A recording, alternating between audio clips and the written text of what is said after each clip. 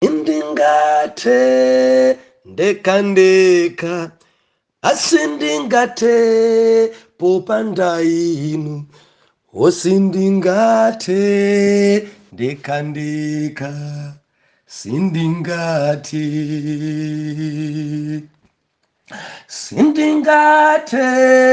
ndekandeka wasindingate popanda inu osindingate ndekandeka osindingate. Ndikulandireni okondedwa omvera konse kumene muli. Heneleke ichale mtumiki wanu believer lero pa 4 March 2024 ulendo sabutopiki kudzichepetsa. Exodus chapter number 3 tukuwerenga verse number 7 mpaka na verse number 11. Mulungu akunena kuti ndipo Yehova anati, ndapenyetsetsa mazunzo anthu anga ali mu Igupti, ndamvanso kulira kwawo chifukwa cha kuwafulumisa, pakuti ndidziwa zowawisa zawo, ndipo ndatsikira kuwalanditsa manja anthu a Igupti ndi kuwatulutsa m'dziko lija akwere nalowe m'dziko labwino ndi lalikulu, dziko moyenda mkaka ndi uchi ngati madzi, kumalo a Kanaani ndi Ahivi ndi Aamori ndi Aperezi ndi Ahivi ndi Ayebusi. Ndipo tsopano taonatu kulira kwa ana a Israeli kwandifikira, ndapenyanso kupsinjika kumene Aigupti apsinja nako. Tiye tsopano Moses ndikutume kwa Farao kuti utuluse anthu anga ana a Israeli mu Igupti. Koma Moses anati kwa Mulungu, ndine yani kuti ndipite kwa Farao ndikuti nditulutse ana a Israeli mu Igupti? Believer time pamene omvera, sabata yatha tinali pano paja masiku awiri wanasiyana. Munali ndi Pastor Juma Juwado makamaka magrupu ena ngati Mkate ndi ena. I believe kuti mu weekend imene tadalitsika talimbikitsika kwambiri. Believer lachisanu tinasiyana timanena kuti moyo wa chiyero.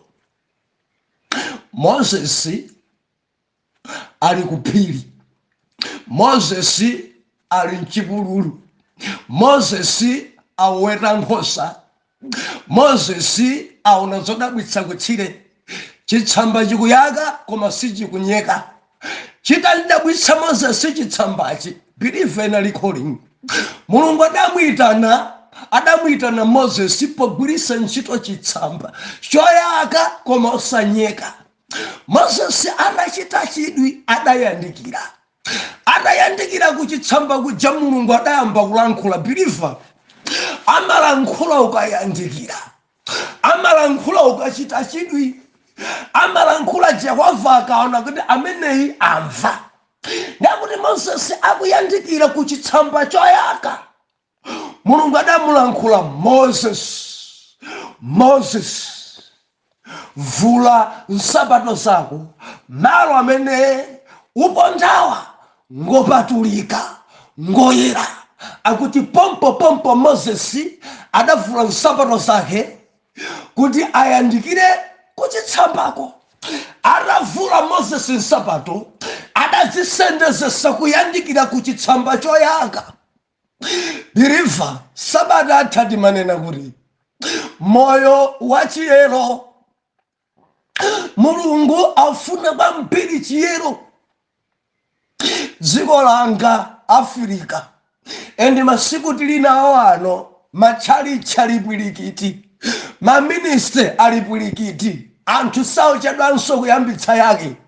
Ena amene ayambitsa yawoyo amva kumwamba, pamene ena sikumvanso kumwamba koma kugalukira.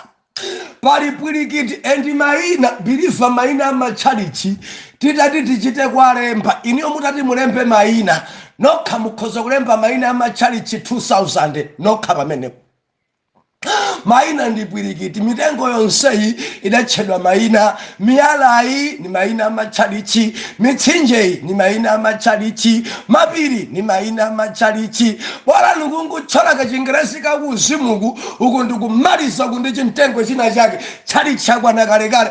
3/4 ya anthu lero awapita uchalichi, ampira ali pa maudindo, amayimba kwayala, ampira amalalikira, koma chimene chusowa chiyero.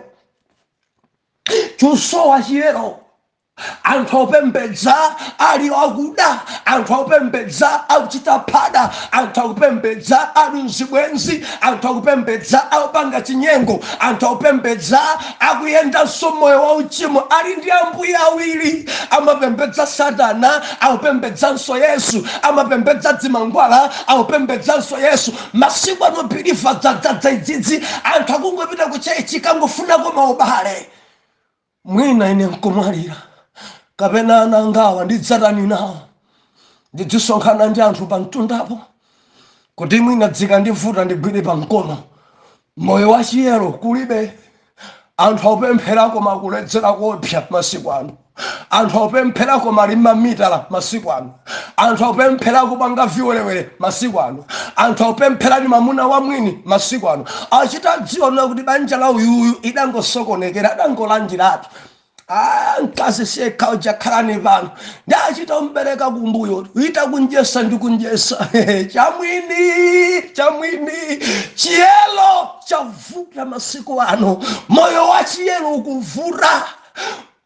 Machechi uniform ndi akugudwa kuvala ngati apangela weniweni wa mpaladizo. Mfufudzeni chiyelo kulibe. Maonekedwe opusisa katuku koyera mpe kama yara koyera kabwino kanekitayo timajekete timikanjo ndevuzi mipala kwenda ndi ndodo. Anthu akumachita maplato kachipembedzo koma chiyero kulibe chiyero. Mulungu akuti malo amene waponda Moses ndi malo oyera, vula nsapato.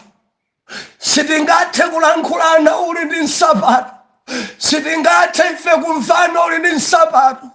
Chimo ndi bimbi kwa ine, chimo chimakhala ngati chibloko. Moses sitilankhulana chifukwa cha nsapato vula. Ndati manena sabata yatha akamati nsapato vule sitikukamba zanuso. Masiku ano kalemba kadatani kadasintha. Mondimva mumazidziwa kuti kachisindi niyo. Musamale ndi jombo imene mukuvala bilifu ndi jombo ya uchimo. Kavula chijombocho sungavule. Ena muli dzimagambutsi dzachitali yawe akuti chosa dzimagambutsi dzitimvane ndikukamba ndi ena maloro mulungu adalekeka kurekusunga loreza mulungu uli njombo. Waumirira jombo koma umapemphera ufunabe mulungu akulankhule, ufunabe maloro longosoka, ufunabe banja longosoke, ufunabe zako ziyende koma uli njombo. Sofia ili kuphasi sungaichose Sofia kuti yawe akulankhule, kuti yawe umvane naye. Ambira limbire kumapasi kwawo. Ena lili masandasi, ena lili mapatapata, ena vala zauchimo. Mulungu ndilankhuleni. Mulungu voice ya mulungu mukaimva munifusi. Tifika gawayamba na uri vule nsabalo. Umvele. Suti ai njanyuwani mene tatuvula. Mulungu akuti vula moyo wa chiyero. Kuimba kwayo opanga phada vula. Paudindo koma ukuyenda mu uchimo vula. Umalalikira koma ukuchita nyansi vula. Moyo wa chiyero alibekaso mulungu ni mavinidwe yanu. Alibekaso kamumapeka kwambiri nyimbo kama maimba mwanthetemya kuimba dziko sokumati apa ndiye pali mawu anthetemya. Mulungu alibe nazo kaso. Mulungu akufuna chiyero. Alibe nazo kaso kuti mumavala masuti apamwamba. Alibe nazo kaso kaya kuti mumatani kaya kuti mumalalikira. Jehova akufuna chiyero. Mulungu akufuna mtima wangwiro, mtima wodzipatula, mtima wolapa, mtima wogonja. Tumene Mulungu akufuna kwambiri. Vula nsapato, vula. Araine ndimathawa mbiri kulankhula malambwe Jones. Haleluya, haleluya. Ife malambwe jamarivura. Chichewa chenicheni chitikamalikira pano chimarivura. Chizungu chinde chotivura skulu idatikanika. Chisena chenichenso chotikanika. Chitumbuka chisitimata timangomikisa. Fajena mafunzo kudabwisa ndinu nchewa, ndinu nsena, ndinu ngoni. Samatipesa bunobuno timangoyesa kupita kubwera basi ngotivura malangwe chiwa. Ndikukamba ndi wina amalankhula language ina iliyonse, akhoza lalikira chitumbuka, akhoza kulalikira chichiromwe, akhoza kulalikira chisena, akhoza kulalikira chingrezi, akhoza kulalikira chichewa. Koma ngati uli ndi jombo zilibe ntchito.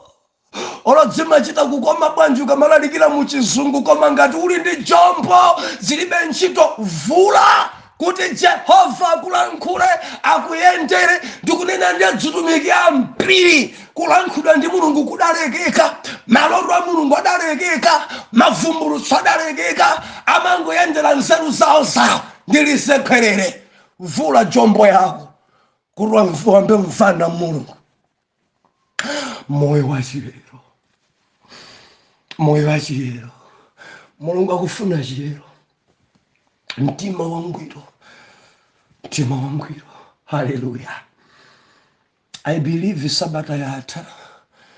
sabata yatha tinalimbikitsika kwambiri. Mulungu amaitana. Tinadzonanso zimenezi kuti amene adayitana Moses ndi Yahweh. Lero ndikunena kuti believer pali minofu, mtima wodzichepesa, moyo wodzichepesa. Verse number 7 mpaka na verse number 11 tawerenga kale believer. Mawu Mulungu akunena kuti Moses atavula jombo yake, atavula nkhwayira zake, atavula masandasi yake, atachosa jombo yake, atachosa magambutsi yake, atachosa Sofia, atachosa bara, atachosa gogoda wake wantali, atachosa nsabaro, atachosa masiku amenewo malo woyera adalichalichika chisi. Ndiye Mulungu adamusa kuti wayandikira malo woyera ngati nchalichi, chonde vula malo anongoyera. But Yesu adakhomedwa pa mtanda, malo oyera adasintha, sichichinso. Buku la Korinto kunena kuti kodi simukudziwa kuti muli kachisi wa Mulungu and mzimu woyera magonera mwa inu? Now malo oyera ndinuyo. Chosa jomboyo. Bible nakuti Moses arayandikira, Moses aramvera, Moses aravula jombo yake. Mulungu wa Israeli adamulankhula akuti Moses, ndamva kulira kwa ananga, ndamva Moses kupsinjika kwa ana anga, ndamva Moses ananga kulira kwawo kwandifikira, ananga mazunzo awo andikhudza, ananga kupsinjika ku Egypt, ananga kugwira ntchito zakavulagaga, ananga kuponderezedwa mdziko la eni, ananga kuyenda moyo wophepherezeka ku Egypt. Ndaona kuti ananga vurika, endi kulira kwawo, kupembedzera kwawo, kusala kudya kwawo kwandifikira, ndipo ndatsikira. Pamandikomera pamenepo Moses, ndatsikira, ndifuna ndialanditse, ndifuna ndi achose, ndifuna ndi apulumutsi, ndifuna ndi atengere ku dziko lokoma, ndifuna ndi alanditse m'manja mwa Farao, ndifuna ndichite chonsinso pakati pawo. Mozesi, ndaona ndamva kupsinjika kwa ana anga, ndilimbikitse biliva. Mulungu amva aona kupsinjika kwako. Landira chimenecho m'dzina la Yesu. Mulungu amva aona matenda anu. Mulungu amva aona kuponerezedwa kwanu. Mulungu amva aona mazunzo anu. Mulungu amva aona kugwadira kwa banja lanu. Mulungu amva aona mapemphero anu. Mumanga pa mimba mukwera phira mbuya ntipaseni mamuna. Tamvera, Mulungu amva aona chosowa chako. Mulungu amva aona chokhumba chako. Wina ali mphiri la mpunda, wina la sochi, wina ali pa mtengo pena pachuna ni chalichi, ali baba. Mulungu patseni mwana sindidabereke, ndifuna ndilimbikitse bwino. Tamvera, Mulungu amva aona uso wa mwana. Mulungu amva aona mamuna kongopaizika. Mulungu amva aona ukuyenda moyo opapalezeka. Aona Jehova kuti business yako sikuyenda. Jehova uri ankamulankhula Mozesi atavula jombo. Ndamva kulira bwananga, ndaona kwazunza, mavuto achulukira, nkhondo zachulukira, auyenda nyengo za panic, au papalezeka mpumba chihebiri. Mozesi, tamvera, ndili nawe ntchito. Tiye ndiutume kuchipiri, ndikutume kuchipiri, ukagwire ntchito, uwatuluse anthu anga, uwachose anthu anga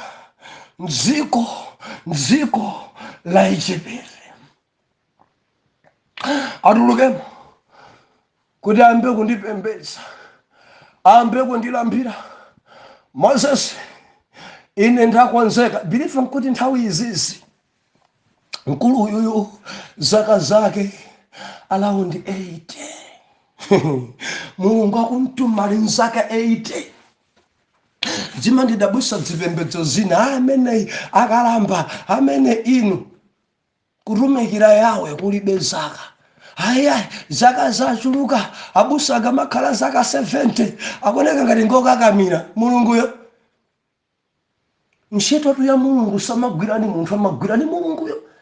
Munthu amangokhala ngati chida mdzanja la Mulungu, just as a weapon mudzanja la Mulungu. Amene amagwirisa ntchito munthu ndi Mulunguyo chili ngati chikwanje, olo chikhale chakuthwa bwanji pachokha sichingadulize.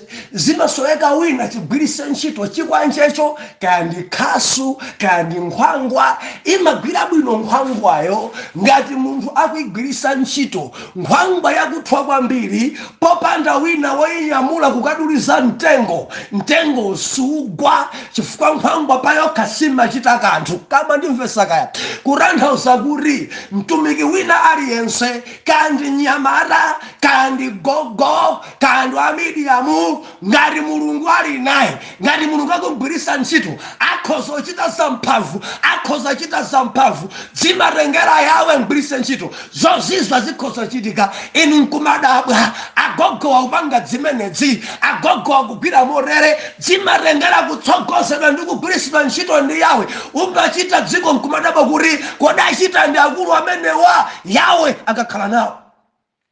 Ali mzaka 80. Mozesi wa zaka 80. Mulungu akumana naye. Mozesi wa zaka 80. Jehova kuntuma kuntchito. Mozesi wa zaka 80. Pamene apanga graduation yake akupasidwa chechi. Mozesi wa zaka 80. Ndi pamene akutumizidwa kuti pita ukatsogolere.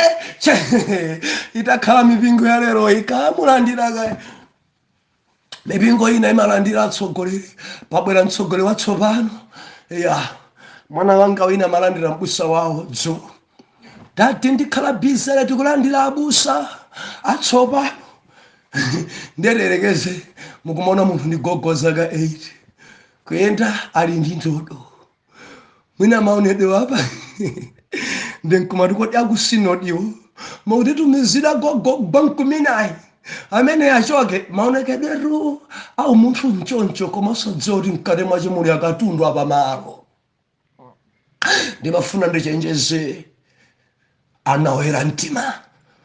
Mulungu zakalibe nazo ntchito kandi gogo kandi nkhalamba Mulungu amamtuma. Mulungu sawerengera kandi nyamara Mulungu amamtuma. Ngati antuma ndi Jehova antuma, ngati antuma ndi Mulungu antuma, unless ekha achite kuona kuti asindikuona amakambirana ndi tate wakeyo, koma ngati yawe antuma ife zisatikhudze.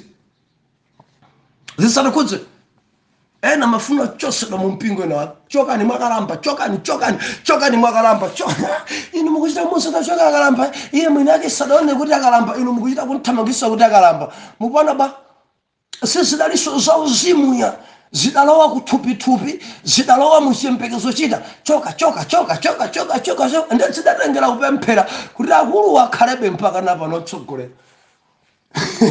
Wazaka 80 yawe akuntuma, wazaka 80 yawe akumusa kuti ndamva kulira kwa ananga. Believe kuti nthawi iyi azaka 12 analipo, azaka 30 analipo, azaka 40 analipo ku Egypt, koma yawe adakonda gogoyi. Yawe amafuna kugwiritsa gogoyi ntchito, yawe amafuna Moses kugwiritsa ntchito kuti akatumikire pamaso pa Mulungu. Believe ramvera adakhala kwa Farao 4 years, adakhala ku Midian kwa Yadero 4 years, ali ku Bible college akuphunzitsidwa za utsogoleri. Mulungu akumusa kuti tiye ndikupase malo okatumikire ukandichosera anthu anga. Moses anga verse number 12. Ndine yani moyo dzichepesa, ndine yani chichawa china, ndine ndani Mulungu ine ndine ndani ine kuti ndikagwire ntchito imene, kuti ndikatumikire ine. Ndine yani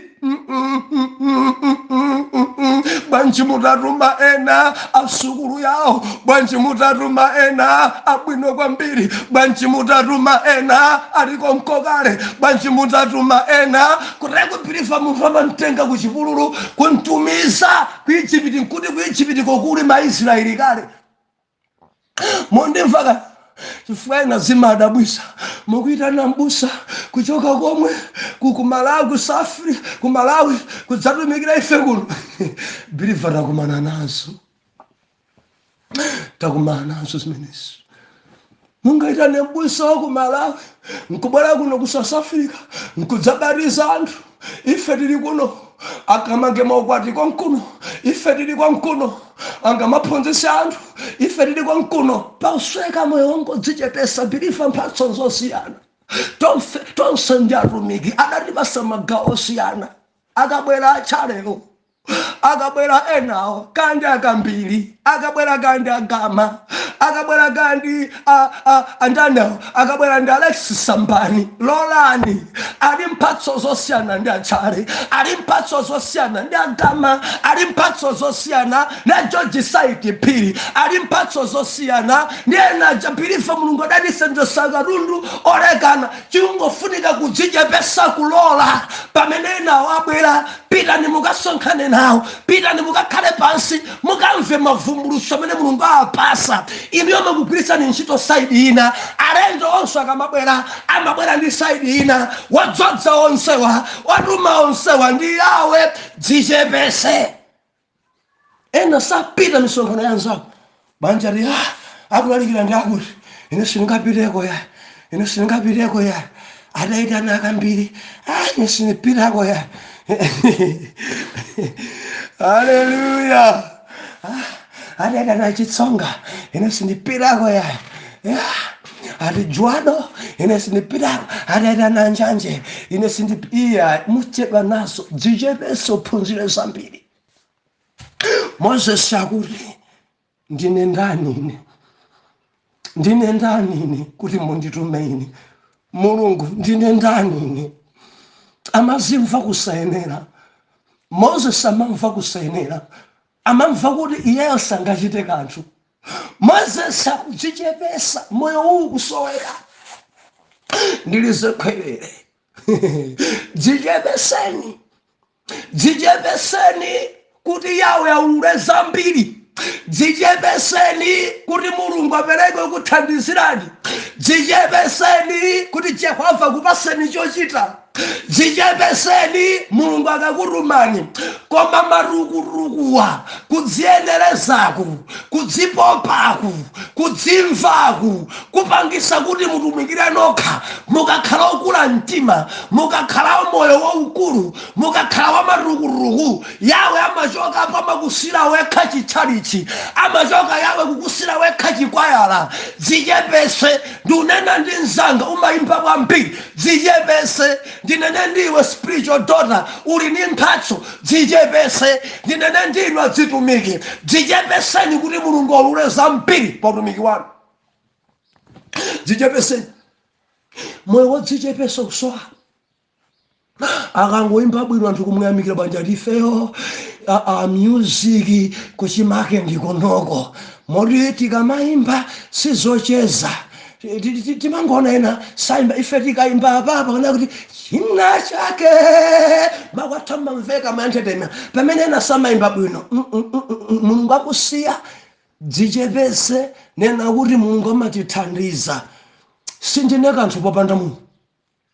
Ena amapempherera. Ndikumapereka maumboni. Andipempherera tumikira kuti ndachira. Mwina kukuimbirani foni abusa mwandipemphera pano ndachira. Museni kuti muyamike Mulungu, mutamande Mulungu. Malo modzichepesa anthu amadzuka una kuti ineyo simasewera. Ndikangosanjika manja munthu aliyense amachira. Ine simasewera. Enda anthu amamba kudzichemerera mayina sono kudzipasa mayina. Ineyo ndiye nambala 1 yo. Ineyo konse kuno nambala 1 ndine. Ineyo ndiye chitsulo chanji cha utumiki ndineyo. Dzichepeseni. Ungakhale 1 minus God you. Dzichepeseni pansi pa Yawe auchita Mulungu. Moses akuti ndine yani? Ausowa zima yamenewa ndine yani? Mwina mwayikidwa pa udindo. Dzichepeseni. Ndine yani ine akulu ampingo? Abusa ndine yani kuti nditsogolera zima yanzanga? Ndine yani kuti ndikhale kwa ya mistress? Ndine yani? Ndine yani kuti ndikhale mkulu ampingo? Ndine yani? Ndine yani kuti ndikhale bishop? Ndine yani? Ndine yani kuti munditume kwa Amerika? Ndine yani? Ndine yani kuti ndigwire ntchito imene? Dzichepese. Ndine yani? Ndine yani kuti ndikwezedwe? Ndine yani? Ndine yani kuti ndilembedwe ntchito? Ndine yani? Moyo wodzichepesa pana Mulungu usowa. Marukuruku mene ndaphunzirirapo nchilanga chimene ndipo ndimadabwa ndikhomerera kwambiri mene ndaphunzirira musindikakhale pansi pawita. Dzichepese. Amakukweza ndi Mulungu, amakudalitsa ndi Mulungu, amatetezera ndi Mulungu. Amarukuruku umalodzedwa muli pa udindo. Usoweka moyo wodzichepesa. Chikhristu chimadziwika kuchepesa. Kwalembedwa kuti onse odzichepesa Mulungu amakweza, ndipo onse amwano ndokula mtima Mulungu amatsitsa. Tisiyane pamenepa mpaka na mawa. Atate mutipase ife mzimu wodzichepesa. Ndikupemphera chifukwa cha mwana wanuyu, nthandizeni adzichepese. Adzichepese akutsogozeni Yawe. Adzichepese sakhale wa matukutuku. Adzichepese kuti muchite naye zambiri. Adzichepese kuti mumulule zinthu. Mwangoyamba naye kumene. Mulungu ndikupemphera chinzimu china chilichonse chokula mtima ndi chamatama ndikuchikaniza chilibe gawo. Koma mzimu okha wodzichepesa komanso ophunzitsika uyambe kutumikira mwana wanuyu m'dzina la Yesu. Oyera mtima tonse tiyankhe kuti amen and amen. Yendani ndi ine, yendani ndi ine, yendani ndi ine, yendani ndi ine, mpulumutsi yendani ndi ine. Wa ine ndilibe mphamvu zakuyenda pandekha, mpulumutsi yendani ndi ine. Tikulandire okondedwa omvera konse kumene muli. Heneleke ichale mtumiki wanu believer lero pa 5 marriage 2024 ulendo subtopic kuvomereza kuti ndili ndi vuto. Believer, dzulo tinali pano timanena kuti moyo wodzichepesa. Kudziko kuno kwachuluka anthu amatukutuku, kwachuluka anthu odziyenereza, kwachuluka anthu odzipopa, kwachuluka anthu odziyikapo kuti ine ndingathe. Ku ntchito ya Mulungu kumafunika anthu. Yawe amafuna anthu odzichepesa. Moses awukambirana ndi Mulungu. Moses ali pamaso pa Mulungu. Moses ali pamaso pa Yawe papapa. Mulungu akumulankhula. Ndamva kulira kwa ana anga. Mapemphero awo afika kwa ine. Anthu apsinja. Ana anga akuyenda mopanika. Ana anga akurukutika. Ana anga mtendere alibe ku Egypt. Ana anga Moses ndakumbukira chimene ndidapangana ndi tate wawo. Ana anga ndikutume iwe. Pita kwa Farao. Pita kwa Farao. Ukaigwire ntchito. Undichosereko Israeli manja mwa anthu amene akuzunza ndi akapolo akugwira ntchito zowawa. Ananga akurukutika, ananga apanika, ananga kudusa munyengo zosamveseseka. Moses ndikutuma pita. Moyo wodzichepesa Moses anati. Verse number 11, chapter number 3. Ndine yani mene mbumba ya Israeli yachulukiramu. Ndine yani mene ana alero aphunzirira nkukhala ni ma PhD. Ndine yani ambiri pana ni ma masters degree kudzaloza ine. Ndine yani ai ndetso timanena kuti mzimu usowa lero kudzichepesa kwavuta kwambiri masiku ano. Moyo wadzichepesa ukulibe. Ambiri ngodzikuza, ambiri ngodzimva, ambiri ngoti ndine ndikhoza. Ndetso timanena kuti ukadzichepesa Mulungu amakukweza.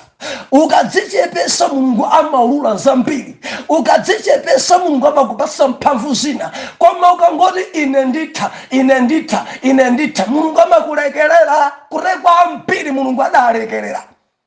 Dziko lange ladzaza ndi anthu odzichemerera okha.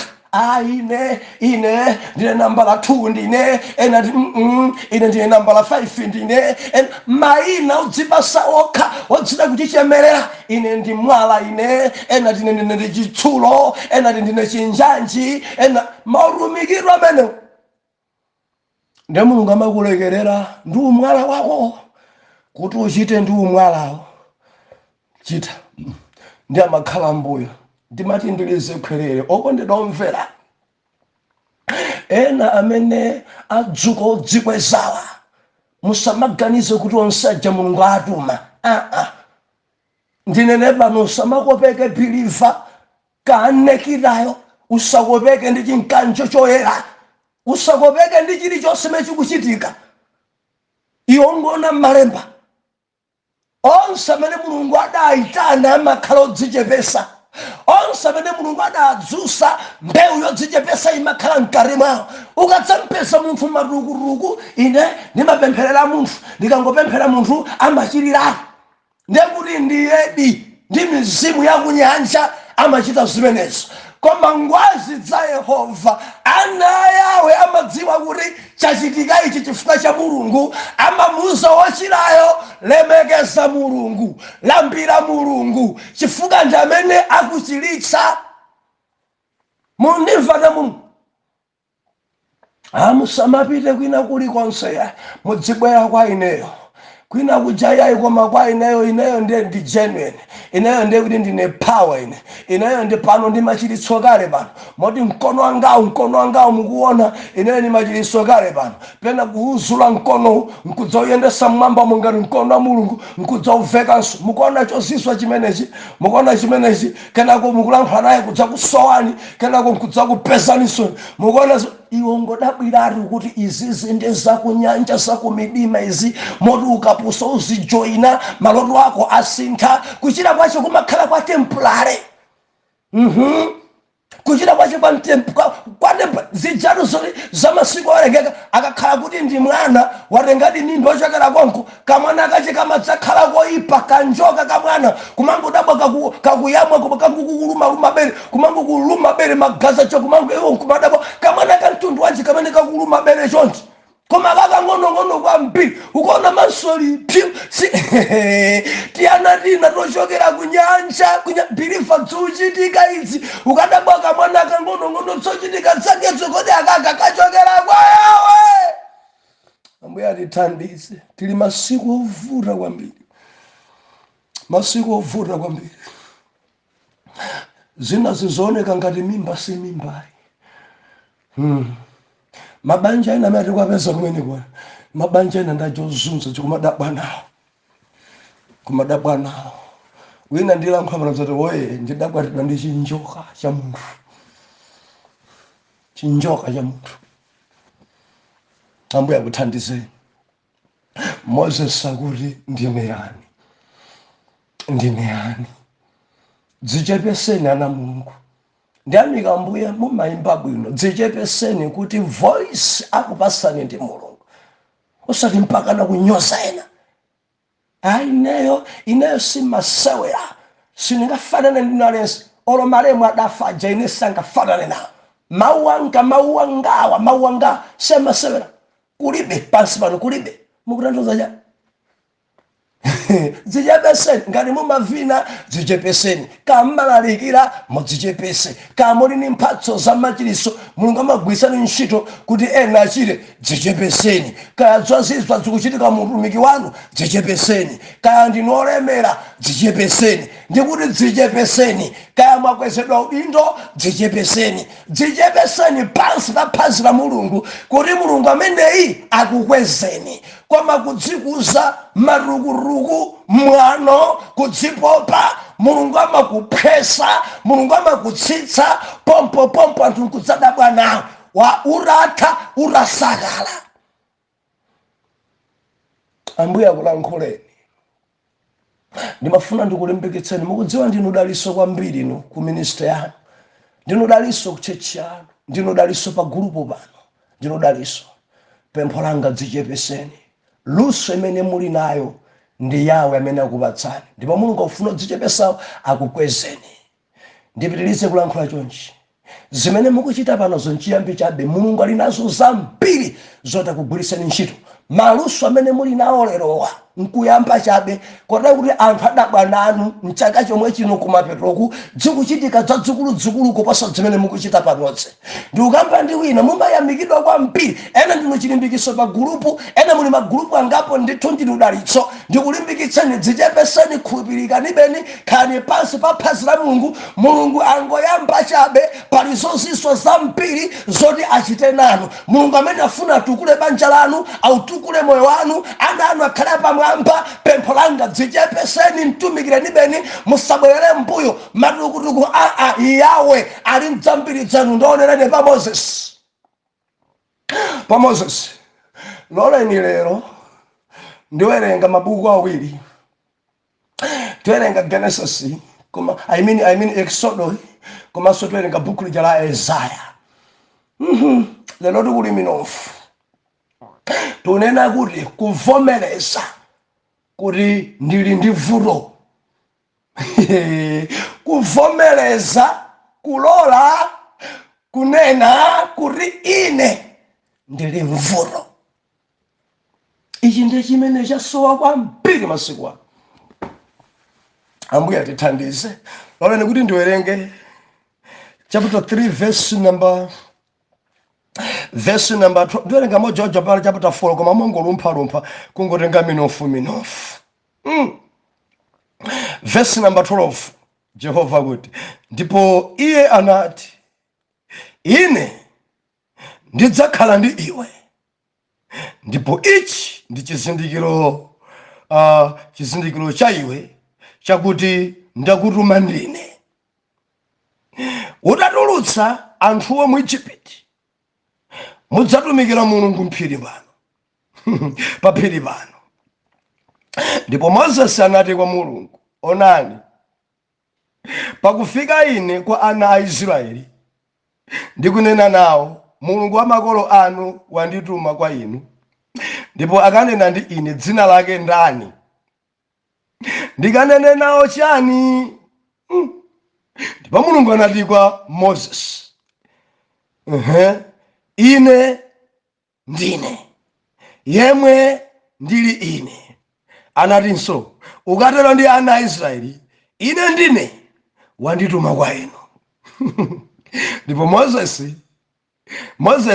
ananenanso ndipo Mulungu ananenanso kwa Moses, ukatero ndi ana a Israeli, Yehova Mulungu wa makolo anu, Mulungu wa Abrahamu, Isaac ndi Mulungu wa Yakobo wandituma kwa inu. Ili ndi dzina langa nthawi yosatha. Ichi ndi chikumbukiro changa mibado. Muka ukasonkhanitse akulu a Israeli nunene nawo, Yehova Mulungu wa makolo anu anandionekera ine, Mulungu wa Abrahamu, Isaac ndi Yakobo, ndikuti ndakuzondani ndithu ndikuona chomwe akuchitirani Aigupti. Oh, hallelujah. Verse 17. Ndipo ndanena, hallelujah, ndidzakubwezeresani, kukutulutsani mazunzo a Igupti, kukulowetsani m'dziko la Kanaani, ndi Ahivi, ndi Aamoni, ndi Aperezi, ndi Ahivi, ndi Ayebusi, dziko moyenda mkaka ndi uchi ngati madzi. Banji ndi Jowe chapter 4 verse number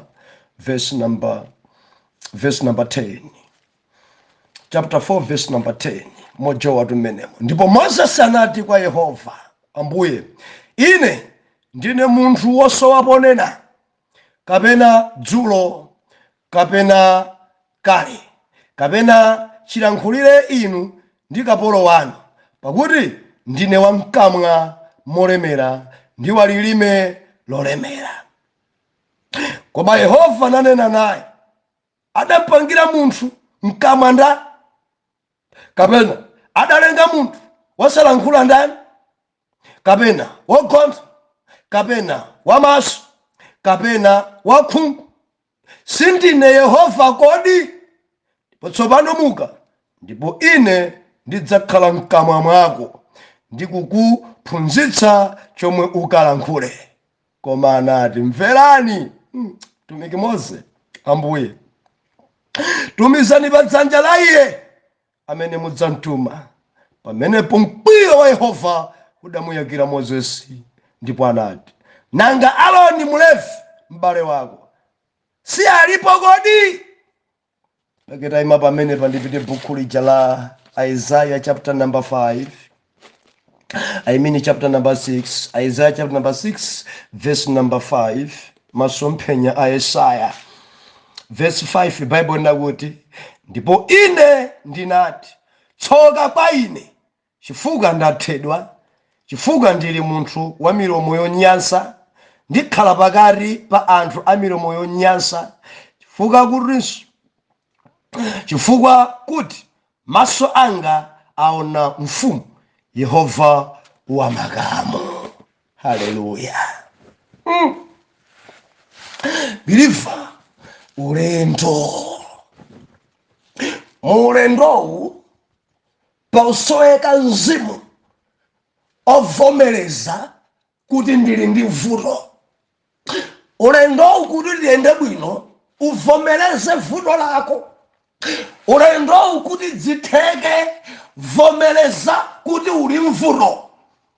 Ngati zinthu zambiri zasokonekera anthu sakuvomereza vuto ya aufika podziyenereza akufika podzimva kuti ndikhoza koma sakunena kuti pena pake pali vuto. Pena pake pali vuto. Bible ikunena kuti Moses akukambirana ndi Yawe pompaja pa chitsamba choyaka moto, ali kuphiri, ali kutchire, nkhosa zili mbali ina ija, ali mmapero aulandira PhD ya utumiki, ali paphapha pamaso pa Yawe. Ndi Mulungu akumuwuza kuti Moses, pita ku Egypt, pita pamaso pa Farao, pita ukanditengera ana anga, pita. Ndi Moses anena kuti ndine yani? Ine ndine ndani kuti ndipite ndikalankhule ndi Farao? Ndine yani ine kuti ndikalankhule ndi ana Israeli? Ndi nkukambira nakwawa unena kuti ndikapita kwa ana Israeli nkukauza kuti Mulungu andituma, konko akandikwidzinga nayo funso, Mulungu amene akutumayo dzina lake ndani? Ndiye Yehova kumuyakha Moses, pita ukauza ana Israeli kuti ine ndine andituma kuti muchoke dziko muno mupite mdziko la Kanaani, dziko lalikulu, dziko loyenda mkaka ndi uchi ngati madzi. Muchoke kuno ndipo mukangotuluka mudzandilemekeza maphiri pano. Ndi Moses akuti tare ndikuwadziwa ine ana Israeli. Ndi Mulungu akumuwuza kuti ukapita nkhani usakayinene pagulu pamene pali ana. Amandikondweretsa Mulungu, amakupatsa chochita, amakuwuza mmene ungayendere. Ukapita Moses, gawo loyamba adamuwuza kuti ukauze ana Israeli ukalankhule ndi akulu, chifukwa zinthu zina ana zimavuta kuamvesa. Mwana amavuta kumvesa zinthu. Mwana ndi mwana. Mwana amavuta kwambiri kuti alingalire. Mwana ndi mwana. Mwana amavuta kwambiri kuti uyambe kuyenda naye limodzi. Mwana ndi mwana. Mwana ndi mwana. Yehova uri ukalankhule ndi akuluakulu, ukasonkhanitsa akuluakulu, ukauze kuti ine ndine andituma. Mawu yawo ukanene ndi akuluakulu ana Israeli, ine ndine andituma. Ndipo dzina langa lino ukanene kuti Mulungu wa Abrahamu, Mulungu wa Isaac, Mulungu wa Yakobo andituma. Iyi ndi dzina langa umuyaya. Believe Jehova kuti basama inawi. Dzina loyamba kuti ine ndine. Dzina lachikila kuti ndi Mulungu wa Abraham, Isaac komanso Yakobo. Mukanene ndi mabigiwo. Believe dzina zimafunika mabigi. Dzina zimafunika akuluakulu. Dzina zimafunika anzeru. Dzina zimafunika ambiri zakale. Dzina zimafunika akuluakulu kuti amvese. Ndiye Moses akukambirana ndi Yawe. Moses akukambirana ndi Mulungu. Padali zonena zambiri, padali zofotokoza zambiri. Mulungu akumulonjeza Moses, pita. Ndikudziwa Farao sakalola. Farao akavuta kwambiri. Komabe ndidzanja langa la mphamvu ndidzalandisa Israeli mdzanja la Farao. Pita. Ndiye inafika point ina chapter 4 believe ndangolumpha verse 1 kuzawerenga verse number 10. Mari mawai tidzamba chapter 4 verse number 1 yo pali topic iso yapadera pamene pakasabu topic.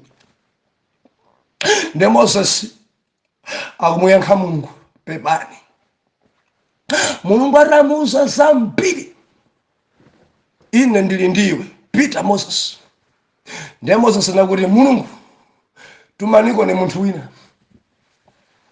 zonse manduza zimuze munthu wina ali awiriwiri apa mumuze munthu wina mutume munthu wina apite ku Egypt tumani munthu wina apite ku Egypt pachifukwa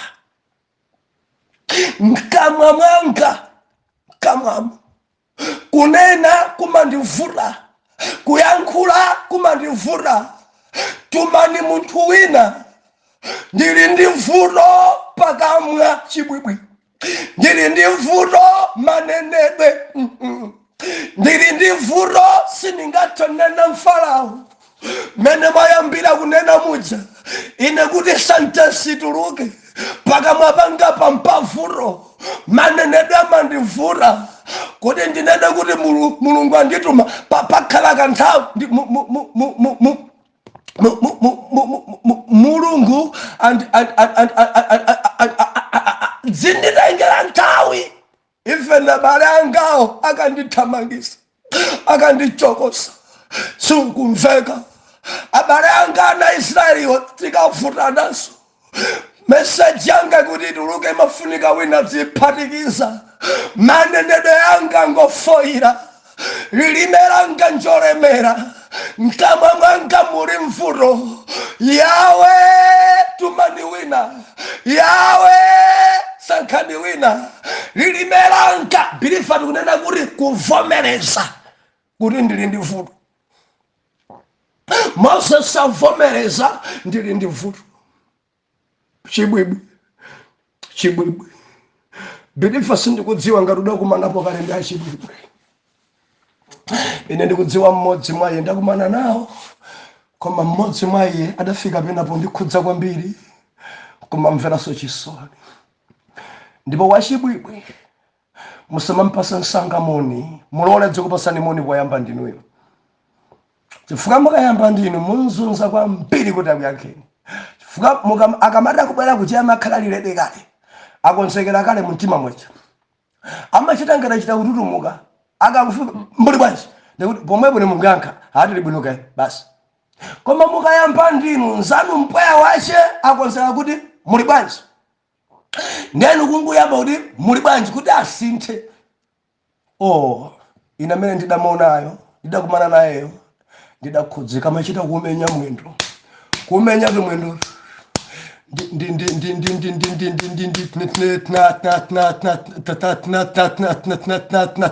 kuti adzayankhe moni pena nkumati ndanzunziranji munthu chibwibwi mkamwa molemera sindikudziwa ngati nchichewa mawoti chibwibwi kunena movutikira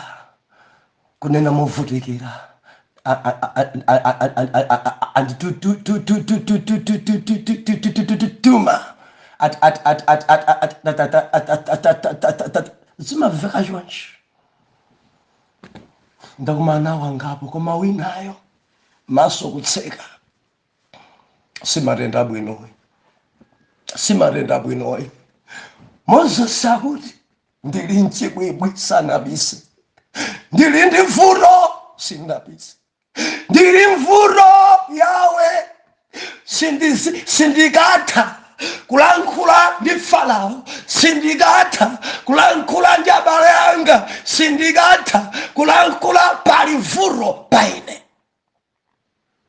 bilifa pasoweka kuvomereza andisangalasa mtumiki Yesaya nayenso atafika pamaso pa mulungu ataonekera malo oyera Bible lenda kuti mkulu uyu ipo lalikira poyamba anda kuti tsoka amene amamwawo tsoka ophatikisa akaziwo tsoka iwe koma anafika pamaso pa mulungu atamuunikira kuwala kuli pa iye Jehova atatsika Yesaya mtumiki uyu akunena mpaka papake tsoka ndine ndili ndi vuto pakamwa panga mponongeka lilime langa lonongeka verse number 5 auchita tsindika tsoka kwa ine chifukwa ndathedwa chifukwa ndili munthu wa milomo yonyansa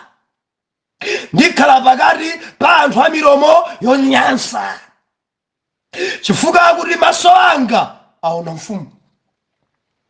Believer, zinthu zinazi vuto ndinu. Anthu ambiri savomereza kuti ali ndi vuto. Mabanja ena onongeka vuto ndinu. Sungavomereze vuto ndine pakamwa. Vuto ndine kukula mtima. Asibambo ambiri aononga mautumiki, aononga chuma cha. Sungavomereze vuto ndineyo mchunomu, njala mchuno, kusakhurisidwa vuto ndine. Simungavomereze vuto lanu. Moses sadati vuto ndi mkama molemera. Isaiah akuti vuto ndine milomo yanga njonyansa. Funso langa muri mvuto ya njini. Enanu pakamwa mabalalisa, pakamwa maombanitsa, pakamwa marena mabodza, pakamwa ena nkakondana maombanitsa, pakamwa vuto chimpingo chaunongeka, chigrupu chaunongeka, pakamwa vuto. Simungavomereze vuto ndine. Kuti yawe akukonse Jehova kumusa Moses mvetsera, pita ku Igupti ngakhale mkama mwako molemera, ine ndikhala mkama mwako. Ndiyakufunsa mfunso, kodi adalenga munthu osalankhula nda? Adampanga wachibwibwi nda? Adapanga munthu osaona nda? Adapanga wagonthi nda? Adalenga munthu, kumulenga munthu wamatenda yonda? Kodi sindine Jehova chingandifune kuchilisa mkama mwako? Tamvera kuyambira tsopano Moses mvera, ndikhala ine mkama mwako. Kamwa yako yachibwibwiyo ndaichosa, lero ndikhala mkama mwako. Wafuna kane nayo ndine. Pilifa tamvera, akakuruma mulungu amakhala mkamwa. Mundimva mulungu amakhala mkamwa. Njira ina yozindikira vile kuti kodi ndi munthu wa mulungu mkamwa mwace mumatuluka mawu anji. Moses mkamwa mwace mudali mulungu. Moses Jehova dakhala mkamwa mwace. Moses adavomereza ndili ndi vuto, Jehova dakhala mkamwa mwace. Mudati muvomereze vuto yanu kuti vuto yanga ndi mchuno, Yehova akhala mchuno mwanu. Muzikhurisidwa ndi akazanu. Mudati muvomereze vuto yanga ndi mtimawu, sukhurisidwa, Jehova adzakhala pa mtima panu namukhurisidwa ndi zinthu mune muli nazo.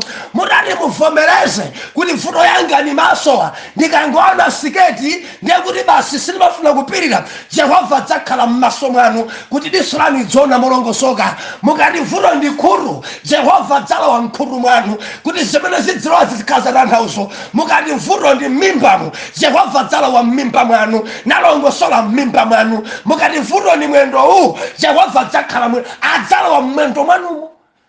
Koma vuto anthu savomereza. Dziko langa anthu savomereza. Simungavomereze kuti muli ndi vuto. Simungavomereze kuti zinthu zikuonongeka chifukwa cha vuto yanu. Simungavomereze inuyo ndamene muli ndi vuto, inuyo ndamene muli m'matenda. Simungavomereze. Mudzabisa mpaka naliti. Wopemphera mtundu wanji wobisa vuto, ndopemphera mtundu wanji wophiphiritsa vuto. Yesaya akuti tsoka ndine ndimakhala mozungulidwa ndi anthu a milomo yonyansa. Ndikunena ndi ena muli ngati Isaiah, kuzungulidwa ndi anthu a milomo yonyansa, iwenso madzakhala wa mulomo wonyansa. Ukazungulidwanso ndi kukhala pakati pa anthu azigololo, iwenso madzakhala munthu azigololo. Ukamakhala pakati pa anthu abodza, madzakhalanso munthu wabodza. Ukakhala pakati pa anthu achinyengo, madzakhalanso munthu wachinyengo. Vuto ndiwe. Sungavomereze. Ena ntchito zatha, simungavomereze vuto ndine. Ena kudzodza kudachoka kalekale, maloto mulungu adatha kalekale, sungavomereze kuti vuto ndine. Simungavomereze mulendo uwu wopita kwa Yawewo pofunika anthu ovomereza vuto ndine. Vuto ndine. Kale ninkaona masomphenya, vuto ndine. Kale ndinkatumikira, vuto ndine. kale tinkayanjana ndi awo vuto ndine, kale vuto ndine. Sungavomereze. Ambiri savomereza vuto yawo. Tiphunzire kwa Moses akuti sinimatha kunena funso langa kwa inu lero, muli ndi vuto yanji? Anzanu makudandaulani chani? Iniyo mukuzidziwa wanji? Mamunanu amadandaula chani? Akazanu amadandaula chani? Muli ndi vuto yanji inu? Kuchalitsa makudandaulani chani? Pagulupa madandaula chani? Muli ndi vuto yanji? Kodi simungavomereze babale? Simungavomereze kwa atumiki? Kodi simungavomereze kuti Jehova akonze vuto yanu? Simungavomereze kuti ndinu achilakolako? Simungavomereze kuti ndinu okula mtima? Simungavomereze kuti mukuomba ndi chanthu? Ambuye akulankhuleni. Tikumane Msomawa chapter number 4 verse number 1. Kodi Mulungu akuchitanji kwa Moses? Atate, tithandizeni, tivomereze. Kudziko kuno mzimu umene kusowa ovomereza kuti vuto ndiniwo. Lolani mwana wanuyu aulule pamaso panu kuti ali ndi vuto, kuti inu mukhale mkamwa mwace. Uyu mukusoweka mukhale mchuno mwake, uyu ndi njala mchunocho. Uyu sakhutitsidwa, khalani pa mtima pake. Wina ndi uyo Jehova chinyengo. Ndikupemphera kuti Mulungu mukhale mkamwa mwa ana anu, mukhale pa vuto ya ana anu. Iyeyi akanena endi nthandizeni kuti muntume. M'dzina la Yesu oyera mtima tiyankhe kuti amen and amen. Mbuye wondipulumutsa, mula ndile mzimu wanga, mundipatse mzimu wanu wobeleka zipatsozo. Ndiye mzimu wakuyera, watipatsa ife makhalidwe ofanana naye Yesu, anatsika kumwambako. Ndikulandireni okondedwa omvera konse kumene muli. Heneleke chale mtumiki wanu believer, lero pa 6 March 2024, ulendo subtopic chizindikiro. Exodus chapter number 4, tukuwerenga verse number 1 mpaka na verse number 9. Mawotsogolera Moses alandira mphamvu yakuchita zodabwitsa. Verse number 1. Ndipo Moses anayankha nati, koma taonani, sadzakhulupirira ine kapena kumvera mawu anga, pakuti adzanena Yehova sadakuonekera iwe. Ndipo Yehova adanena naye, icho nchiyani m'dzanja lako? Nati, ndodo. Ndipo ananena naye, iponye pansi. Naiponya pansi, ndipo inasanduka njoka. Ndipo Moses anaithawa. Koma Yehova anati kwa Moses, tambasula dzanja lako nuigwire kunjira. Ndipo anatambasula dzanja lake naigwira, nikhalanso ndodo m'dzanja lake. Kuti akhulupirire kuti wakuonekera Yehova Mulungu wa makolo awo, Mulungu wa Abrahamu, Mulungu wa Isaki ndi Mulungu wa Yakobo. Ndipo Yehova ananena naye, longa dzanja lako pachifuwa pako. Ndipo analonga dzanja lake pachifuwa pake, natulutsa. Taonani, dzanja lake linali lakhate lotuwa ngati chipale chofewa. Ndipo ananena iye, bwezera dzanja lako pachifuwa pako. Ndipo anabwezeranso dzanja lake pachifuwa pake, nalitulutsa pachifuwa pake. Taonani, linakhalanso lomwe lakale. Ndipo kudzatero ngati sakhulupirira iwe ndi kusamvera mawu achizindikiro choyamba, adzakhulupirira mawu achizindikiro chotsiriza. Ndipo kudzatero akapanda kukhulupirira zingakhala zizindikiro izi ndi kusamvera mawu ako, ukatunge madzi ku nyanja ndi kuthira pa mtunda, ndi madzi wotunga ku nyanjawo adzasanduka mwazi pa mtunda. Haleluya. Chizindikiro. Omvera, dzulo tinali pano timanena kuti kuvomereza kuti ndili ndi vuto. Dziko langa lusowa anthu ovomereza, kuvomereza ndili ndi vuto, kuvomereza. Ambiri savomereza. Koma Moses tinamona dzulo pokambirana ndi Yawe aonena kuti ndili ndi vuto, kulankhula kwanga nkovutika, ndine wachibwibwi, sentesi kuti imveke dzumavura, ine ndi baba zimenezi Farao ndikumva ngati kuti sindine oyenera, mkamwamu muli vuto. Baibulo ikunena kuti Mulungu adamuuza zambiri, anavomereza kuti ali ndi vuto, Mulungu adadzuka kukonza vutoyo. Biliva ndimafuna ndikutsimikizire, ukavomereza vuto lako imakonzedwa. Ukavomereza kulephera kwako Mulungu amakonza. Koma ukaziphipiriza, ukazibisa, ukaziyenereza, ukaziyikamo kuti ungathe anthu amakulekerera, vutoyo sikonzedwa.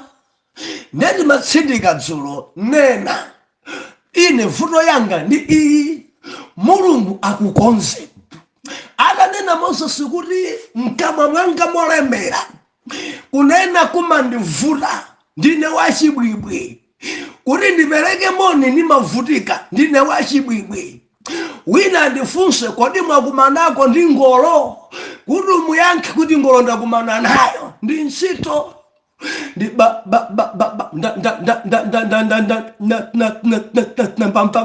Achita kudzimenya biliva matenda angovuta kwambiri achibwibwi, matenda avuta kwambiri. Dzulo manena kuti nenda kumana nawo anthu oterewa.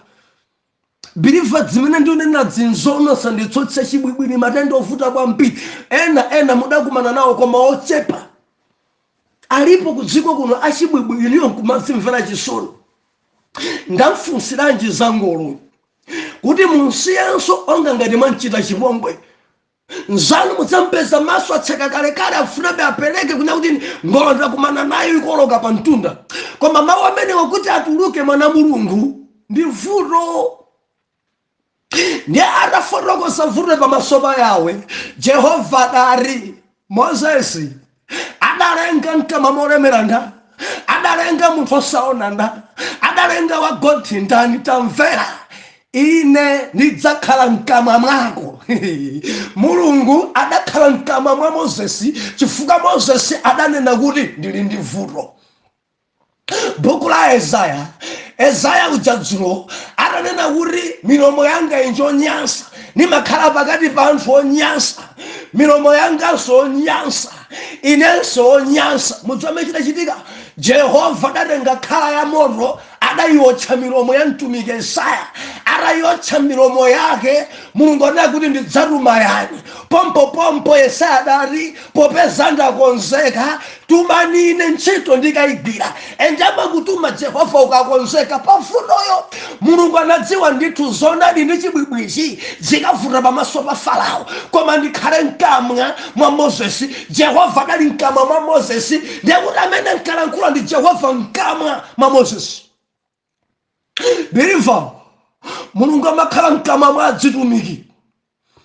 amakhala mkamwa mwa atumiki muno kureko birifa chimadzika buno kwa mpiri chikristo mkamwa mwake mkamwa mwawo mulinda umachita kudaba kuti lilimeyi mawu umene akutulukira mkamwa muli mulungumu mkamwa mwa mulungu amalankhula chonchi. Haleluya, haleluya. Mulungu adali mkamwa mwa Moses, mkamwa mwa Moses. Mulungu adaotcha milomo ya Yesaya kuiotcha mtumiki ujanso atarumidwa iziti Jeremiya kuti ndine mwana. Mulungu adati bwanji usamanene kuti ndine mwana. Simungavomereze kuti muli ndi vuto inu mumagona inu mtima wanu mangogunda pa zili zonse. Sungavomereze kuti uli ndi vuto sufuna kuti wotchedwe. Jodi manena kuti enanu chilakolako. Sunganene kuti ndili ndi vuto maso anga kangona siketi mtima undi pa kuti Ambuye akuotche mchuno mwako aotchemo mchuno chilakolako chichichoke. Jehova khale mchuno mwako. Sunganene kuti ndili ndi vuto. Sungavomereze. Moses vuto yake dali chibwibwi. Inu mulibe vuto inu mudziwa anthu akudandaulani kwambiri. Simungavomereze kuti mukonzedwe. Simungavomereze kuti mupemphereredwe. Kodi simungavomereze kuti muli ndi vuto. Ambiri aziphiphiriza ndi kansalu koyera, ambiri aziphiphiriza ndi maduku oyera, ambiri aziphiphiriza tunena kuti vomereza kuti uli ndi vuto. Haleluya. Ambuye atithandize. Ambuye atithandize. Ndiye Moses atavomereza vuto lake. Mulungu adamuwuza uli ndi m'bale wako Aaroni, upite naye. Suyendanso wekha, upita ndi Aaroni limodzi. Koma zidatengera kuti iye anavomereza. Sungavomereze ena maoneka ngati zonse amatha. Chindikwanitsa. Sungavomereze kuti ichi chokha singathe. Zinthu zambiri zaonongeka munthu kupangira ekha zonse. Sungavomereze kuti mbali imene ya maphunziro sinapange nayo, mbali imene ndili mvuto. Sungavomereze kuti ine ndi utsogoleri siningathe yayi. Sungavomereze.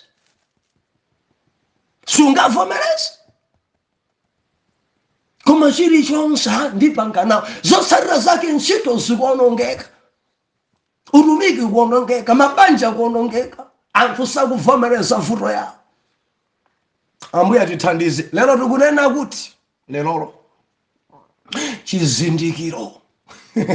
Haleluya. Believer, chizindikiro.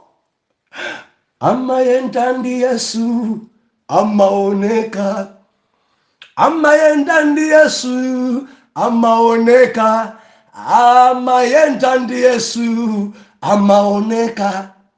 Amaoneka mayendedwe. Haleluya. Amayimba ndi Yesu amaoneka. Amayenda ndi Yesu amadziwika. Amayenda ndi Yesu amaoneka. Amadziwika mayendedwe. Believer, sungabisike. Pali chizindikiro cha zitumiki amene Mulungu adatuma. Pali chizindikiro cha mabeliever amene adabadwa mwatsopano. Pali chizindikiro cha ana ayawe kuti amakhala dere. Pali chizindikiro believer, chizindikiro cha zitumiki ayawe, chizindikiro cha ana Mulungu, chizindikiro. Tsiku lina Ambuye Yesu amauchenjeza mpingo oyamba amanena kuti ndiupita koma dziwani ichi aneneri onyenga mbiri adzafika. Ine ndisanabwere ambiri adzafika nadzanena kuti mpulumutsi wolonjezedwa uja ndineyo. Amausula zimene zachina Petro ophunzira adzabwera ena nthawi yakumapeto, ena adzadzuka ndi kudzachita zozizwa olakulankhula kuti mtengo samukabwera pa mtengo chamkusamukadi, ola ndikulenga mtsinje pamalo pamene padalibe mtsinje zidzachitika, kapena kusamusaphira kuti zidzachitika, nadzasokoneza kusocheresa dziko lapansi, nadzanena kuti mpulumutsi wolonjezedwa uja ndineyo. Ndi Ambuye Yesu anena kuti tamverani ophunzira, mudzawazindikira ndi chizindikiro. Mudzawazindikira pali chizindikiro choti mudzadziwe kodi ndi anadi a Mulungu kapena ayi. Chizindikiro akuti chizindikiro chancha mudzazindikira zipatso zawo, mudzazindikira zipatso. The book la Galatia chapter number 5 verse number 22 ati koma chipatso cha Mzimu Woyera ndicho chikondi. Mudzazindikira kuti awa angatumikidi, mudzazindikira kuti awa ndi anadi abu, mudzaona pa chipatso. Auchita zozizwa inde koma pali chipatso chanji. Dziko idabwitsa inde koma pali chizindikiro choti ndi anadi a Mulungu. Akuimba bwino inde koma funso nkumati pali chizindikiro. Amalalika mbuya alemekezeke koma pali chizindikiro. Ndiakula mpingo inde koma pali chizindikiro kuti ndiakula mpingo wa Mulungu. Chifukwa aliponso akula mpingo kumidima, akula mpingo ku satanismu, akulu kumidima okhala njoka za mbiri, akulu kumidima okhwima kwa mbiri, akulu kumidima wadzopangisa ngozi pansewu. Palinso akulu ena bilifa tamvera pali chizindikiro. Moses ali Mulungu awakambirana, iye ndi Mulungu pachitsamba paja awakambirana. Pita ku Egypt, ananga akuvutika, ananga kusautsika, ananga apanidwa, ananga. Moses akufotokoza, ndine yani, ndine ndani, sindayenere ini, paine pali vuto ini, sindayenere. Mwina ndikapita mafunso adzikachuluka kumenewo, angakhulupirire bwanji kuti inuyo mwanditumadi. Gawo layamba damusoma kunena kuti mwina akandifunsa funso Mulungu dzina lache ndani, ndi Mulungu akumuza kuti kwamuze ukauza ana Israeli, osati ana yaye koma akuluakulu, ukauza ana Israeli kuti ine ndine andituma. Koma dzina ili ine ndine. Ende ndikadakhala ndi nthawi ndikadafukula dzina ndi dzina la Mulungu. Mukuwerenga buku la Yohane kuli mawu amene wa ine ndine okwanira 7. Okwanira 7. Ine ndine kuoka ndi moyo, ine ndine mkate wa moyo, ine ndine mpesa weniweni, ine ndine. Alipo 7 dzina la Mulungu.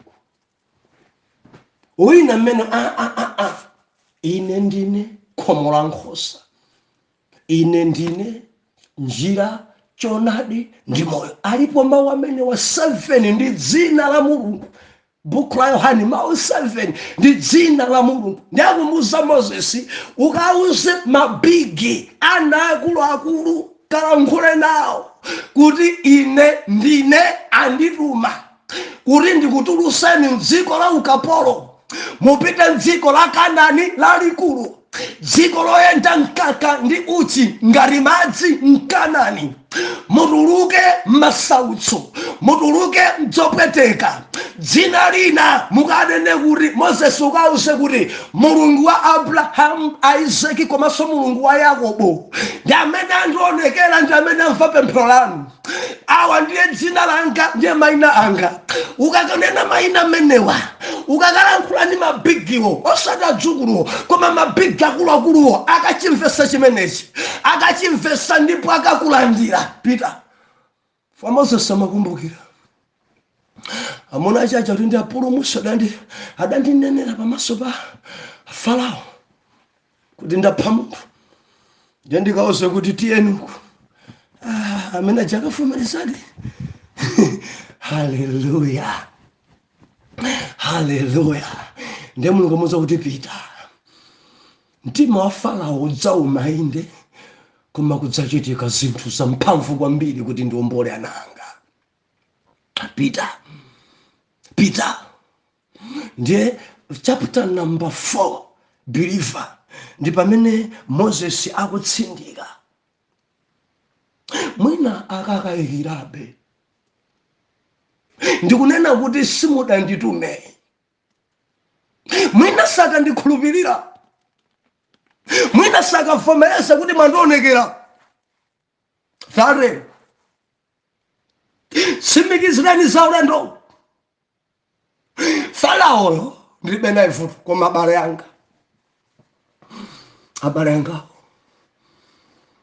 anga ukalankhula ndi mabigi ipa mandikondwesa pamene pabwanji ino amene muli mabigi mudzimvesaso zinthu msanga. Sinatsogolera mpingo ino pachechi pajama kudalirani inuyo muli abaudindo masekretary ndinu matreasure madikoni mudzimvesa zinthu msanga ndinu mabigi. Inu amene mukutsogolera gulupu maadimini muli ni maudindo mudzimvesa zinthu msanga. Zikumavuta kwa mpira adimininso sakumvetsa olo. Haleluya, mudzimvesa zinthu msanga ngati mwana wamkulu. Mukuzunzanso inu amene muli akuluakulu zimafunso amene sadamvesese. Haleluya. Nde Moses mu chapter number 4 kuti akulandira mphamvu yochita zodabwisa. Akumuyankhanso Mulungu, taonani sadzakhulupirira ine kapena kumvera mawu anga pakuti adzanena Yehova sadakuonekere iwe, Yehova sadakutume iwe. Ndi pamene Yehova akunena monenetsa naye Moses, manja mwako muli cha nchiyani chili mdzanja lako? Moses adanene ndodo ichi ndili ndi ndodo atiponye pansi. Moses akutenga ndodo icha kuiponya pansi kuti pompo chidasanduka chinjoka. Moses kuithawa njoka. Mulungu akuti no tabwera uigwire kunjira, gwira kunjira kuja kubwerera sondodo. Ati tenga dzanja lako uike pachifuwa, tenga dzanja kuika pachifuwa, uichosa dzanja lonse kale. Moses dzanja langa lonse kutuwa dzanja. Mungu akuti bwezera saso dzanja lako, kuitenga kuibweseresa dzanja kuitulusa yabwera lakalekale. Ndiye Jehova kunena kuti ngati sakhulupirira chizindikiro choyamba adzakhulupirira chizindikiro chachiwiri. Ukafika pamaso pa Farao, ukafika pamaso pa abale ako, ngati sakutha kukhulupirira kuti ine ndakuonekera, ukatenge njoka uiponye pansi. Ukaiponya pansi njoka ndikuigwira, adzakhulupirira kuti ine ndakuonekera. Ndi chizindikiro choti suli wekha uli ndi ine, ndi chizindikiro choti ine ndamene ndakutuma Peter.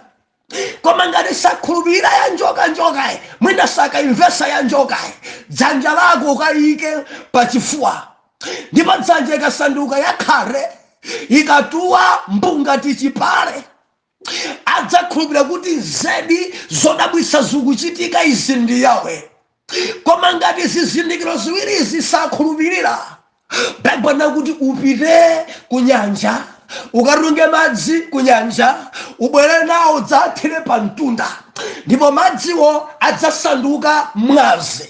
Ngati sadzakhulupirira zizindikiro ziwiri napa madzi pokha kukhala mwazi, abale ako komanso Farao adzazindikira, adzadziwa kuti ine ndakuonekera. Haleluya. Chizindikiro, chizindikiro, believer, chizindikiro. Pafunika chizindikiro kuti dziko lidziwe. Pafunika chizindikiro kuti ana Israeli akhulupirire kuti zedi mtumiki uyuyu ngodzozedwa. Pafunika chizindikiro. Nimafuna ndinene pa chizindikiro ba. Believer, chizindikiro chikasowa chinthu chako amakhoza anthu kukulanda. Ndipabwerezebwa chinthu ngati nchani anthu amafuna funse chizindikiro. Ifeni foni eneni murari mwaigwesa mwaitaya ndi ena aitola. Mukamati foni imene ili mmanjayo ndaigwesa ndine, amene atolayo adzakufunsa ni chizindikiro ngati ili yanudi. Pali chizindikiro chanji kuti foni ndi yawo? Ndaiwo umatha kufotokoza kuti mkarimo ndayikamo zakuti, kapena kuti nambala yanga ndi akuti ndifuna ndiyimbe pano, ikangoyita na mmanja mwanumo njanga ndio mayamba kwapasa nambala, ndio amakufunsa pase nambala, ndio mauzo 0 ma 8 atatu 156 074 ndio jama dzayesa kudzayesa namba ija ndio uyamba kuita nadi. Pamene apo amene ali nayo nzanjayo amazindikira, amakhulupirira kuti foni idi ndi yawo mayiwa, foni idi ndi yawo abusawa. Anena mosachita wonera, anena mosachita vutikira, foni idi ndi yawo. Chizindikiro, believer, chizindikiro choti Mulungu munthu uyu antuma chimaoneka apa pazodabwisa. Chizindikiro choti awadi ndatumiki ayawe chilipo. Munthu akakutuma yawe amakupasa chizindikiro. Bible inena kuti Moses apasula zizindikiro zitatu, akakhulupirire mabigiwo, akavomereze kuti ine ndakuonekera. Ndodo yako ikasanduka njoka, dzanja lako likakhala lakhate, madzi akunyanja akasanduka magazi. Zizindikiro izi zikapanga abale yako, zikapanga enawo kuti ine ndakuonekera. Peter, haleluya. Pali chizindikiro chanji choti inuyo muli pabanja.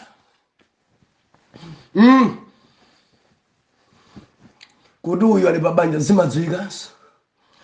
Ena mudzangane chala chawo mokona kuti oye uyu ngokwatidwa tili modzika.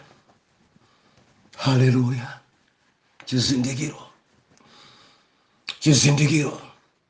Pali chizindikiro chanji kuti inu ndinu MP. Oh, haleluya. Pali chizindikiro chanji, pali chizindikiro chanji choti inuyo ndiye bwana wa kampani imeneyi. Pali chizindikiro chanji choti inuyo ndinu obadwa mwatsopano. Akhristu amadziwika, oyenda ndi Yesu amadziwika, opemphera amadziwika.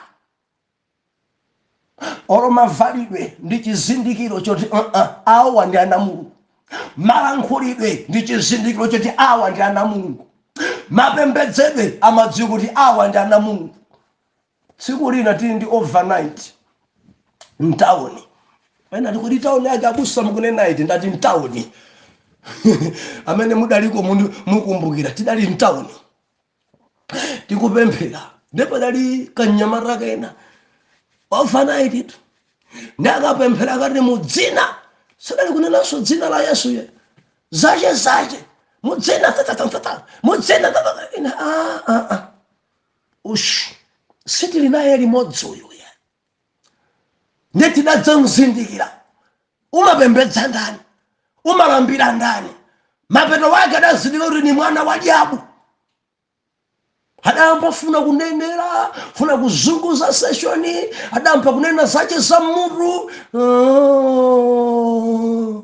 kumibima chizindikiro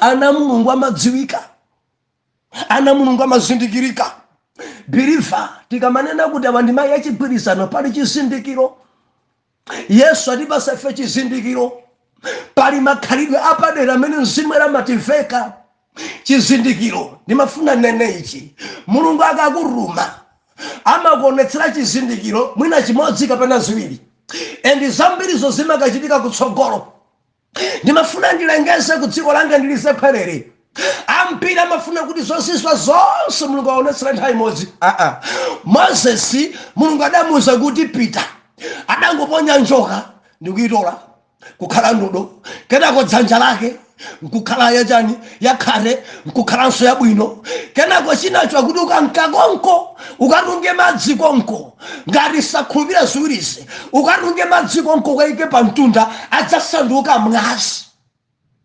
sadamuwuze kuti achule akachuluka and sadamuwuze kuti nsabwe zikadzadza izina zijabhiliva kuti kwakhala mdima and mulungu sadanene kuti kumeneko ikafika powa kwambiri mpaka na mabala kuti kukakhala imfa zana obadwa mulungu adangolankhula ziwiri zokha chachitatuchi ukatunge madzi pita ena kuti ambe tumikira funa zizindikiro zonse azoni ndiuzeni mukachitanji kumeneko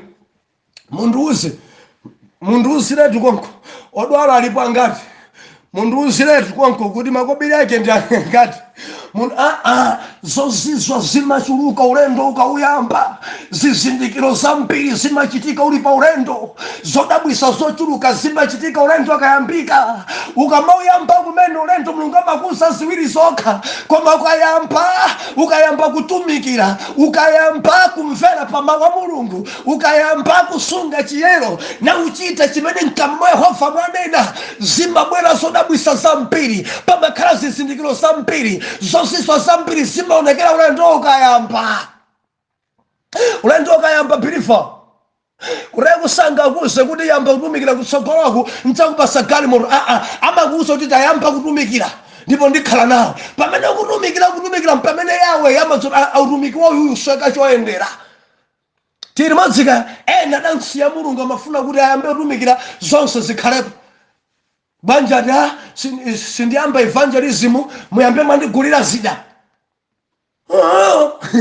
autumaninda mukufuna zizindikiro zonse zichitike musadayambe ndimafuna ndilize khwerere mukadzampesa choncho ni mtambwali mwaye utumiki mulibe ndibwereze pamenepa yamba kutumikira mulungu akakona kutumikira amadziwa kuti akufunika equipment akufunika uyuyu chinkuza mawu akufunika uyuyu zida wina mariyayi mundigulire zida zonse za bandi ndifuna ndiyendere dziko la Malawi ndikayambira kumpoto msonkhano ndikapanga msonkhano pa Lilongwe ndikapanga msonkhano pa Blantyre ndikapitanso kuzomba ndikufuna zidazo mundigulire kaye ndimatilise khwerere ndinamgale amene musangulire Hallelujah! Auyambe kaye ulendo zonse zichitika mulendo alalikira opanda chinkuza mawu kumwamba mulungu adzaona misonkhano ina kufunika zida za mphamvu zimasipika za mphamvu yawe amene amapereka zidayi adzapereka zida yamba kutumikira kuyenda pansi njinga idzapezeka koyamba pansi umachoka pa njinga kudzabwera pa mthuthumula umachoka pa mthuthumula kudzabwera pa galimoto kayikhoza khala ya musi mulungu amaulondabe utumiki wako galimoto amene linayo ndi ya musi sikupita mmapiri adzakulumisiranso ya mwamba chofunika ncha khulupirika enda pa chimene yawe anena chozizwa chachikulu chimachitika uli pa ulendo angati ansiya kumtumikira mulungu amafuna zonse zichitike atakhala sadayambe ndinene pano mulungu sachita zazikuluzo ngati usudayambe yamba Pita, Moses pita, zazikulu zikachitika pa ulendo zoti nyanja ikapha padzakhala msewu pa nyanja mulungu sadamuze poyamba koma zidachitika Moses ali mkati mwa ulendo zoti kudzakhala mana anthu adzamwa madzi apatanthwe. Mulungu sadamuse poyamba, adadzionetsera Moses ali pa ulendo. Ndikunena ndi wina, Mulungu ali ndi zambiri zawo. Yamba ulendo ndi ziwiri zimene anenazo. Yamba ulendo chozizwa choyamba wapasula Baibulo, uli m'Baibulo. Yamba ulendo chozizwa chinakupasa voice umatha kuyimba. Yamba ulendo zochuluka zikachitika uli mkati mwa ulendo, zodabwisa zambiri zikachitika uli mkati mwa ulendo. Ukufuna ulemereretu akumwesa zosamwesa zakunyanja, ndikuti yamba kaye. Mulungu wathu sadzakusiya choncho.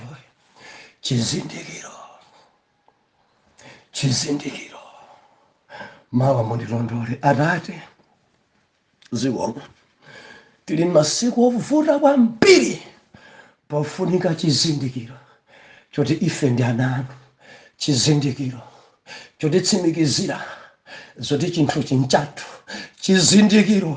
chizindikiro yabu aone kuti mwatitumadi, chizindikiro. Ende ndikupemphera kuti pamene ulendo tikuyamba chozizwa chichitike chozizwa.